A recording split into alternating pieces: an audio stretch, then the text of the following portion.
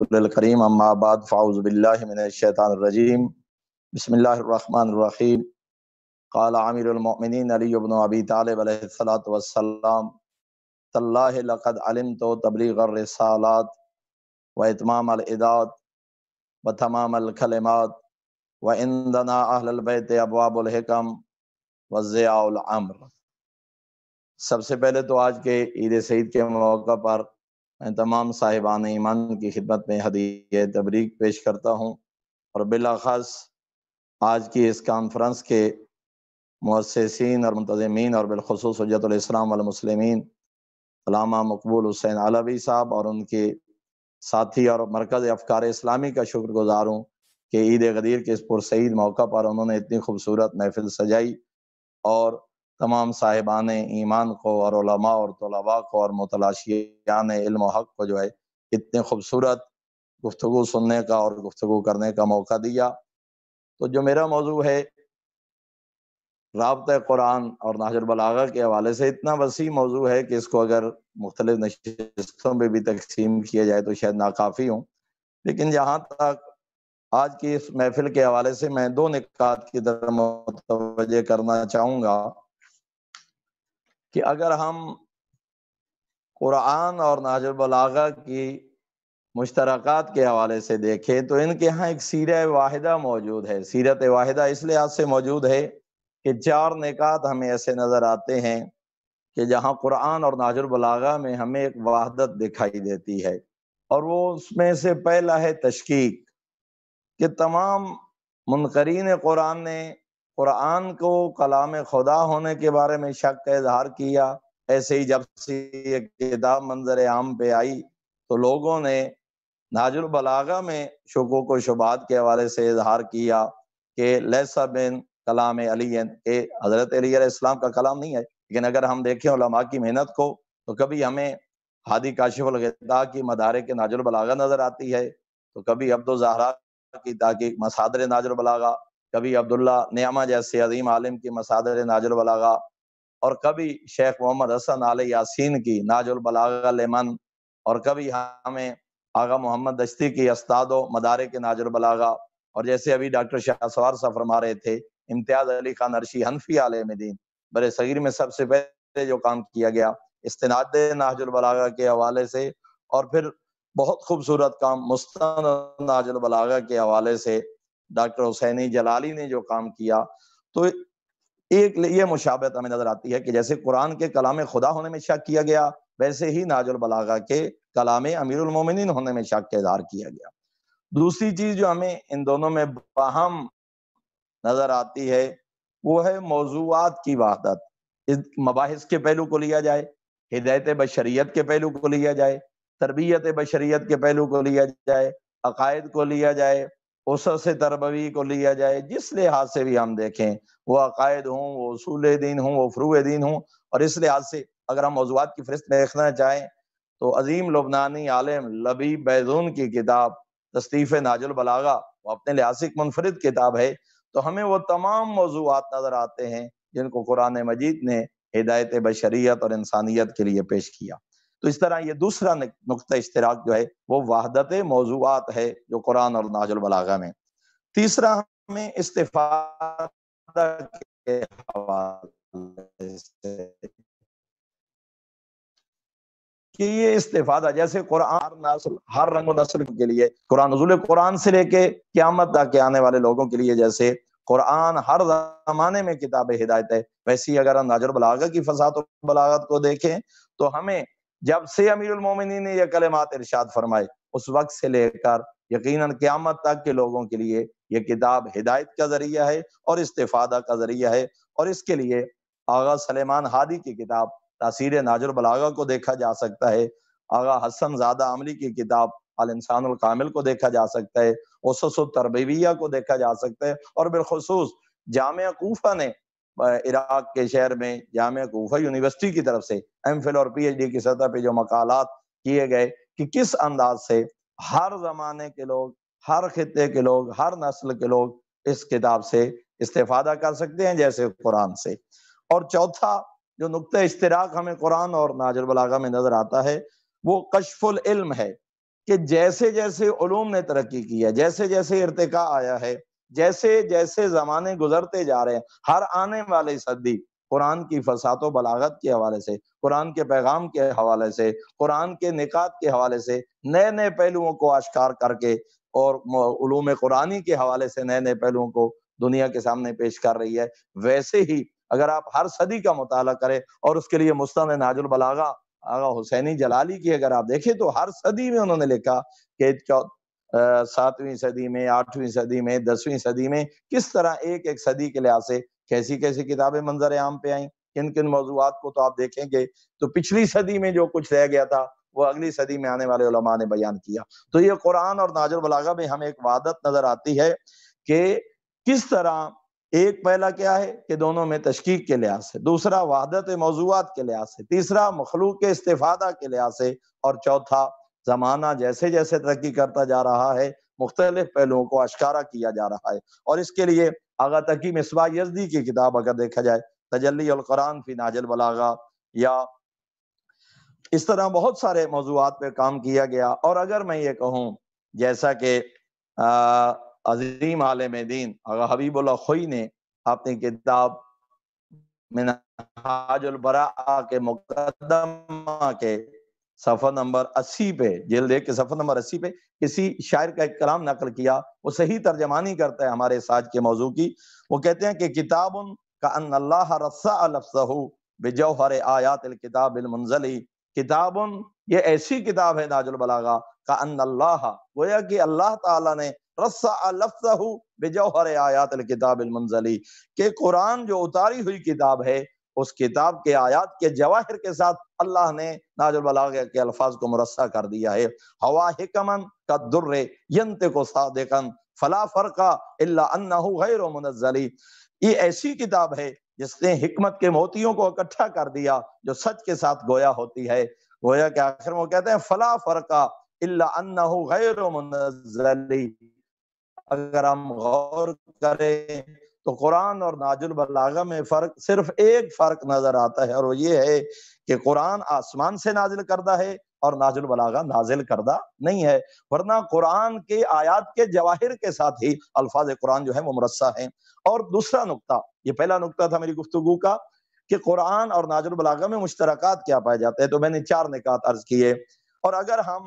نہج البلاغہ میں مختلف خطبات میں، مکتوبات میں یا حکم و مواعظ میں اگر ہم غور کریں تو ہمیں 8 نکات قرآن کے بارے میں کلام امیر المومنین سے حاصل ہوتے ہیں۔ جیسا کہ میں نے کلام گفتگو کے آغاز میں نے عرض کیا کہ بہت سارے، یہ ملٹی ڈائمینشنل گفتگو اس پہ کی جا سکتی ہے، لیکن آج اس دوسرے نقطے کی طرف میں متوجہ کرنا چاہتا ہوں کہ کلام امیر المومنین میں قرآن کی صفات کیا بیان ہوئی ہیں۔ تو 8 مقامات، 8 نکات میں ہم ان کو تقسیم کر سکتے ہیں۔ اس میں سے پہلا، قرآن ناطق نے فرمایا کہ القرآن الکریم تبیان لکل شیء، ہمیں نہج البلاغہ میں 5 مقامات ایسے نظر آتے ہیں جہاں امیر المومنین نے فرمایا کہ ہر علم کو کھول کھول کے بیان کرنے والی کتاب جو ہے وہ نہج البلاغہ ہے۔ اس میں خطبہ نمبر 86 ہے، خطبہ نمبر 158 ہے، خطبہ نمبر 183 ہے، حتیٰ کہ امیر المومنین یہ کہتے ہوئے نظر آتے ہیں ذالک القرآن فاستنطقوہ ولن ینطق ولکن اخبرکم عنہ الا ان فیہ علم ما یاتی والحدیث عن الماضی ودواء دائکم ونظم ما بینکم۔ اور کہیں امیر المومنین یہ فرماتے ہوئے نظر آتے ہیں کہ وہ کتاب ہے وَأَنزَلَ عَلَيْكُمُ الْكِتَابَ تِبْيَانًا لِكُلِّ شَيْءٍ، یہ وہ کتاب ہے جو ہر چیز کو کھول کھول کے بیان کرتی ہے۔ اور پھر خطبہ نمبر 183 میں امیر المومنین کا یہ فرمان نظر آتا ہے فَالْقُرْآنُ آمِرٌ زَاجِرٌ وَثَامِتٌ نَاطِقٌ حجت اللہ علی خلقہ اخذ علیہ میثاقہم وارتاحن علیہ انفسہم اتم نورہ واکمل بہ دینہ، یہ وہ کتاب ہے جس میں اللہ نے اپنے نور کو تمام کیا اور اس میں اپنے دین کو مکمل کیا۔ اسی طرح کہیں امیر المومنین کا فرمان ہمیں یہ نظر آتا ہے، خطبہ آپ نے حکمت نمبر 313 میں فرمایا وفی القرآن نبأ ما قبلکم وخبر ما بعدکم خبر ما بعدکم وحکم ما بینکم، تبیان لکل شیء کے حوالے سے ہمیں کلام معصوم میں 5 مقامات نظر آتے ہیں۔ دوسرا نقطہ اور دوسری صرف جو بیان فرمائی، فرمایا ان القرآن یصدق بعضہ بعضا وَيُفَسِّرُ بَعْضُهُ بَعْضًا، قرآن کا ایک حصہ دوسرے حصے کی تفسیر کرتا ہے، قرآن کا ایک حصہ دوسرے حصے کی تصدیق کرتا ہے۔ وَإِنَّهُ لَاخْتِلَافَ فِيهِ وَلَا عِوَجَ، تین مقامات پہ امیر المومنین نے یہ ارشاد فرمایا کہ وہ کتاب ہے جس کا ایک حصہ دوسرے حصے کی تشریح کرتا ہے۔ مثلا آپ کے خطبہ نمبر 18 میں یہ جملہ موجود ہے، ان الکتاب یصدق بعضه بعضا وانه لاختلاف فیہ، فقال سبحانہ وتعالی ولو کان من عند غیر اللہ لوجدوا فیہ اختلافا کثیرا۔ اور پھر خطبہ نمبر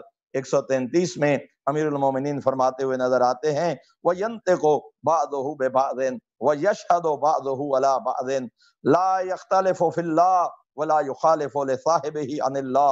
اور پھر مکتوب نمبر خطبہ نمبر 156 میں آپ نے فرمایا،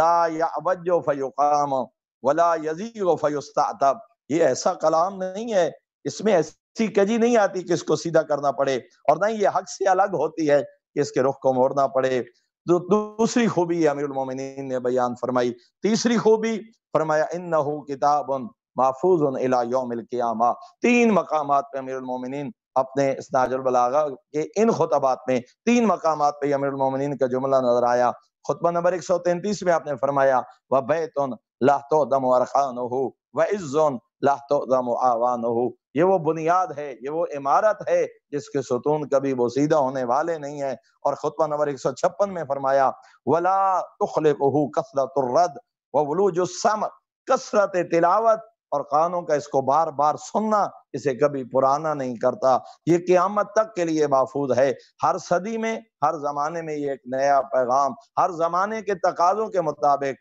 ہر زمانے کے فرد کو نہج البلاغہ قرآن کی طرح ایک پیغام دیتا ہوا نظر آتا ہے، اور نہج البلاغہ قرآن کی طرف رہنمائی کرتا ہوا نظر آتا ہے۔ اسی طرح 6 مقامات پہ امیر المومنین نے قرآن کو شفا قرار دیا۔ کم از کم 6 جملے آپ کو ایسے ملیں گے قرآن کے مختلف مقامات پہ، یہ میں اجمالاً عرض کر رہا ہوں، اگر اس کو مفصل دیکھا جائے تو پوری ایک گفتگو درکار ہے۔ 6 مقامات میں آپ نے فرمایا انہو شفاء من جمیع الامراض، اور کیا نہ کہیں خطبہ نمبر 110 میں فرماتے ہیں وَاسْتَشْفُوا بِنُورِهِ فَإِنَّهُ شِفَاءُ الصُّدُورِ، اس کے نور سے شفا حاصل کرو، یہ دلوں کے لیے شفا ہے۔ خطبہ نمبر 176 میں فرمایا فَإِنَّ فِيهِ شِفَاءً مِنْ أَكْبَرِ الدَّاءِ وَهُوَ الْكُفْرُ وَالنِّفَاقُ وَالْغَيُّ وَالضِّلَالُ۔ امیر المومنین فرماتے ہیں 4 بڑی روحانی بیماریاں ہیں، ایک کفر ہے، دوسرا نفاق ہے، تیسری بیماری سرکشی ہے، چوتھی روحانی بیماری وہ گمراہی ہے۔ اور امیر المومنین فرماتے ہیں ان تمام بیماریوں کے روحانی نسخے کا نام ہے قرآن، اگر روحانی بیماریوں سے علاج چاہتے ہو تو قرآن کی تلاوت کرو۔ اسی طرح 5واں نقطہ ان 8 نکات میں سے آپ نے فرمایا لا تنقصی علومہ وہو اول مصادر الاسلامیہ، یہ نقطہ میں نے اخذ کیا۔ 3 مقامات پہ امیر المومنین نے اس حوالے سے ارشاد فرمایا کہ آپ کو ہر علم نظر آئے گا، اس کی علوم کبھی ختم نہیں ہوں گے، اور اس لیے خطبہ نمبر 18 میں آپ کا یہ فرمان نظر آتا ہے وَأَنَّ الْقُرْآنَ ظَاهِرُهُ أَنِيقٌ وَبَاطِنُهُ أَمِيقٌ لَا تَفْنَى عَجَائِبُهُ وَلَا تَنْقَضِي غَرَائِبُهُ وَلَا تُكْشَفُ الظُّلُمَاتُ إِلَّا بِهِ۔ فرمائے اس کا باطن عمیق ہے، یہ علوم کا مرکز، اس کے عجائب کبھی ختم نہیں۔ آپ کا یہ فرمان فَهُوَ مَعْدِنُ الْإِيمَانِ وَبُوْحَتَهُ، فرمائے یہ معدن ایمان ہے، ینابیع العلم ہے، ریاض العدل ہے، اصافی الاسلام ہے، عودیت الحق ہے، یہ گھاٹی نظر آتی ہے، یہ محل نظر آتا ہے، یہ قلیب فقہ ربیاں لقلوب الفقہاء ومحاج لطرق الصلحاء۔ تو امیر المومنین فرماتے ہیں کہ مصادر اسلامیہ میں سے پہلا مصدر جو ہے وہ قرآن مجید ہے۔ اور ان 8 نکات میں سے 6ٹھی صفت جو امیر المومنین نے بیان فرمائی وہ یہ فرمائی کہ ان القرآن الکریم حجت من حجج اللہ علی خلقہ، کہ اللہ کی حجج میں سے قرآن ایک حجت خدا ہے۔ اور 5 مقامات پہ امیر المومنین نے قرآن کو حجج خدا میں سے ایک حجت قرار دیا۔ کہیں فرما خطبہ نمبر 75 میں ارشاد فرمایا وَعَلَىٰ کتاب اللہ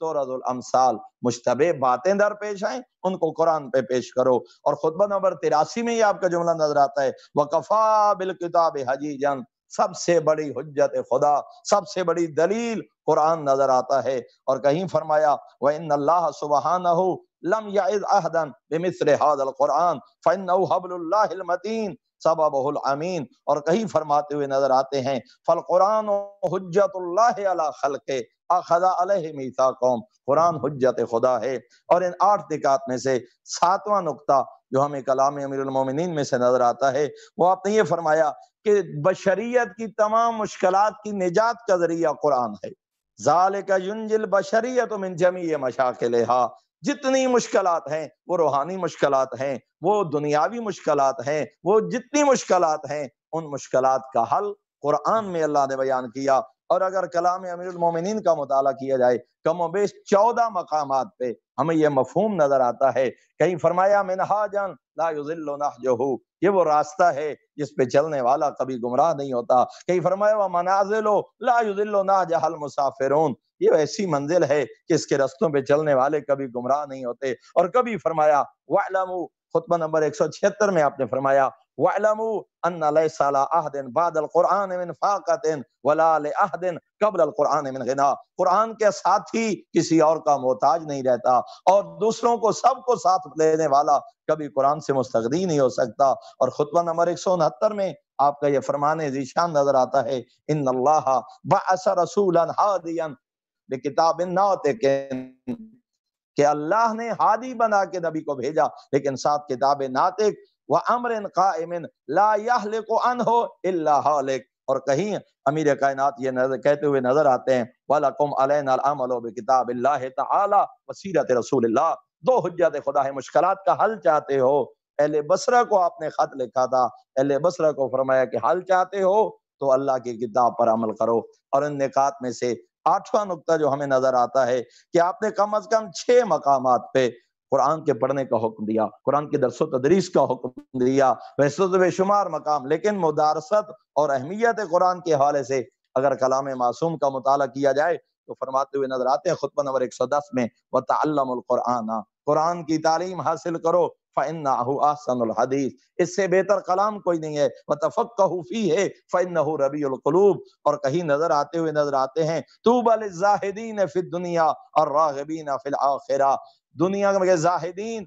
اور آخرت میں رغبت کرنے والے اولئک قوم اتخذوا الارض بساطا وترابها فراشا وماءها طیبا والقرآن شعارا، اور یہ وہ لوگ ہیں جنہوں نے قرآن کو اپنا شعار بنا لیا. اور ایک جگہ پہ فرماتے ہیں آپ نے خطبہ نمبر 156 میں فرمایا والعصمۃ للمتمسک والنجاۃ للمتعلق، قرآن کے ساتھ متمسک ہونے والا محفوظ ہو جاتا ہے، قرآن کے ساتھ متعلق ہو جانے والا نجات پا جاتا ہے. اور کہیں امیر المومنین یہ فرماتے ہوئے نظر آتے ہیں هو الہادی الذی لا یضل، یہ وہ ہادی ہے جو کبھی آپ کو گمراہ نہیں کرے گا. تو میرے محترم سامعین، علماء، طلباء اور محترم ناظرین و سامعین، جا بجا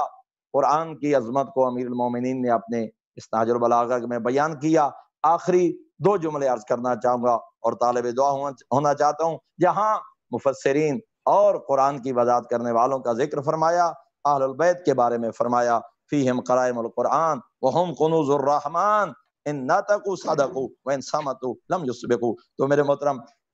قرآن کی عظمت کو امیر المومنین نے بیان فرمایا. رابطہ قرآن اور نہج البلاغہ ایک ملٹی ڈائمینشنل پہلو ہے، اس کے کئی پہلوؤں کو بیان کیا جا سکتا ہے. تفاسیر امامیہ میں اس کے کیا اثرات ہیں، خود الفاظ قرآن میں نہج البلاغہ، الفاظ نہج البلاغہ میں قرآن کا کیا اثر ہے، غیر امامیہ کی تفاسیر میں قرآن کا کیا اثر ہے، بطور ماخذ تفسیر نہج البلاغہ کی کیا اہمیت ہے. اور اس پہ بہت بڑے علماء نے آرٹیکلز لکھے، مقالہ جات لکھے. انشاءاللہ کبھی پھر موقع ملا تو اس حوالے سے تفصیلی گفتگو ہوگی. آج دامن وقت میں اتنی ہی گنجائش تھی. دعا ہے کریم اللہ ہمیں قرآن اور نہج البلاغہ کے ساتھ متمسک ہونے کی اور ان کے اسرار و رموز سے آگاہ ہونے کی توفیق عطا فرمائے. اور جیسے مرکز افکار اسلامی نے اس عظیم خدمت کو سر انجام دیا ہے